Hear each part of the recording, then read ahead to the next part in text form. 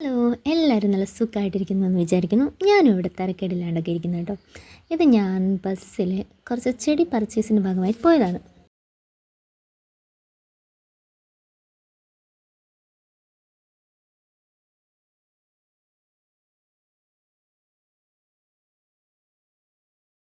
ഇരിക്കുന്ന പോലെ അത്ര എളുപ്പമൊന്നുമല്ല കേട്ടോ. നമ്മൾ ആഗ്രഹിച്ചൊരു സാധനം കിട്ടാൻ നിന്ന് ക്യാറ്റ് ക്ലോസിന് വേണ്ടിയിട്ടായിരുന്നു ഞാൻ പർച്ചേസിങ്ങിന് പോയത്. എൻ്റെ ഒരു ഫ്രണ്ടിൻ്റെ തന്നെ കഫേക്ക് വേണ്ടിയിട്ടായിരുന്നു കേട്ടോ ഓർഡർ. പക്ഷേ ചേർത്തല ടു വൈറ്റില നമ്മൾ കയറി ഇറങ്ങാത്ത ഒരു കട പോലും ഇല്ല.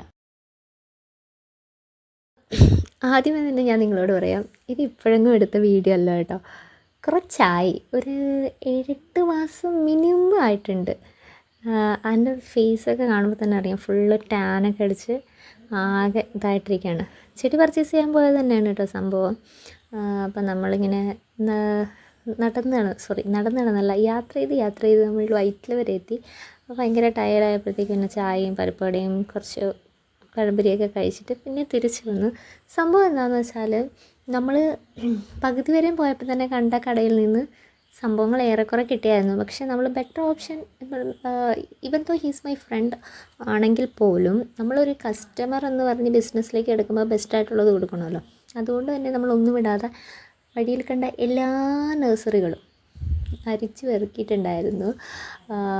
വേറെ കുറേ ക്രീപ്പിംഗ് പ്ലാന്റ്സ് വേണമായിരുന്നു. പക്ഷേ ഫൈനലി നമ്മൾ എന്താ പറയുക, ക്യാറ്റ് ക്ലോസിൽ തന്നെ ഫൈനലൈസ് ചെയ്തു സംഭവം. അപ്പോൾ നിങ്ങൾ വിചാരിക്കും, കഫറ്റേരിയയിൽ കുക്കീസും സാധനങ്ങളും അങ്ങനെയുള്ള റെസ്റ്റോറൻറ്റിൽ അങ്ങനെയുള്ള സാധനങ്ങളല്ലേ വേണ്ടതെന്ന്. പക്ഷെ അതല്ല കേട്ടോ, ഇതിൻ്റെ ഔട്ടർ പോർഷനുണ്ട്. അപ്പോൾ ഒരു എന്താ പറയുക, ഒരു റൂഫ് ടോപ്പിലേക്ക് നമ്മൾ സൈഡ് വഴി ഒരു ഫെൻസ് ഉണ്ട്, അതുവഴി സെറ്റ് ചെയ്ത് കൊടുക്കലായിരുന്നു പരിപാടി. സംഭവമൊക്കെ സെറ്റ് ചെയ്തു. ഇപ്പോൾ അതൊക്കെ ഫുള്ള് വളർന്നു അടിപൊളിയായി.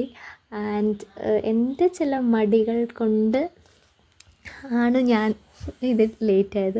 എനിക്ക് ചെടികളൊക്കെ ഭയങ്കര ഇഷ്ടമാണ്. ഇൻഡോർ ആൻഡ് ഔട്ട്ഡോർ പ്ലാന്റിങ്ങും സംഭവങ്ങളും ഒക്കെ ഭയങ്കര ഇഷ്ടമാണ്. എല്ലാം കഴിഞ്ഞ് തിരിച്ചു മഴയായി. എത്തി ഗൈസ്, കുറേ സെർച്ച് ചെയ്ത് ഏകദേശം സംഭവങ്ങളൊക്കെ അതൊക്കെ ഒരു പരിവായി. അയ്യോ, ഹെൽമെറ്റ് വെച്ച് കുറച്ച് മഴ നനഞ്ഞുള്ളൂ കേട്ടോ, വലുതായിട്ടൊന്നും നനഞ്ഞില്ല. ഓടി എത്തി. Okay, bye bye.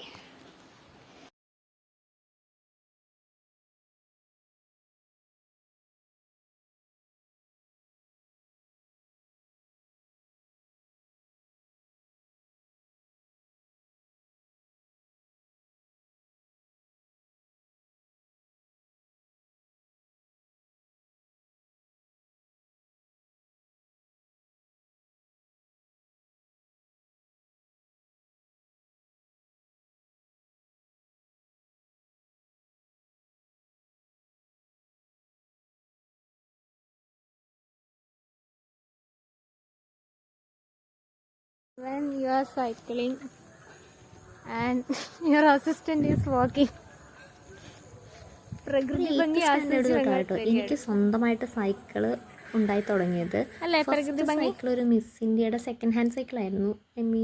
മിസ് ഇന്ത്യയുടെ പിങ്ക് ആയിരുന്നു. പിന്നെ ഞാൻ +1 പഠിക്കുമ്പോഴത്തേക്ക് BSA lady bird blue and ash ആയിരുന്നു തോന്നുന്നു. ആഷ് കളർ കോംബോ ഉള്ളൊരു സൈക്കിൾ വാങ്ങി. പിന്നെ കുറേ നാൾ സൈക്കിൾ ഇല്ലാണ്ടിരുന്നു. പിന്നെ വീണ്ടും മന്ദാകിനി വന്നു. അപ്പോൾ മന്ദാകിനി കൊടുത്തിട്ട് ജോക്കിട്ടം വാങ്ങി. എന്താണെന്നറിയില്ല, സൈക്കിൾ എന്നെ വിട്ട് പോകുന്നില്ല. അതുകൊണ്ടായിരിക്കും മറ്റു വാഹനങ്ങളൊന്നും എൻ്റെ ലൈഫിലേക്ക് പ്രവേശിക്കാത്ത, എന്തോ അറിയില്ല.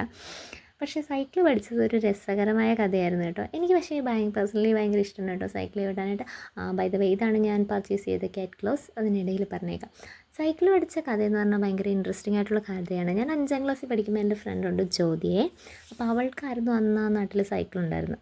അപ്പം ഞാൻ വീട്ടിൽ സൈക്കിൾ ചവിട്ടാൻ പഠിപ്പിക്കാൻ പറഞ്ഞു കഴിഞ്ഞാൽ അന്നേരം ഒരിക്കലും സൈക്കിളില്ലായിരുന്നു. എൻ്റെ ചേച്ചിയുടെയൊക്കെ ചെറുപ്പത്തിൽ വിശേഷങ്ങൾ ഞാൻ അടുത്ത വീഡിയോയിൽ പറയാം. ഓക്കെ.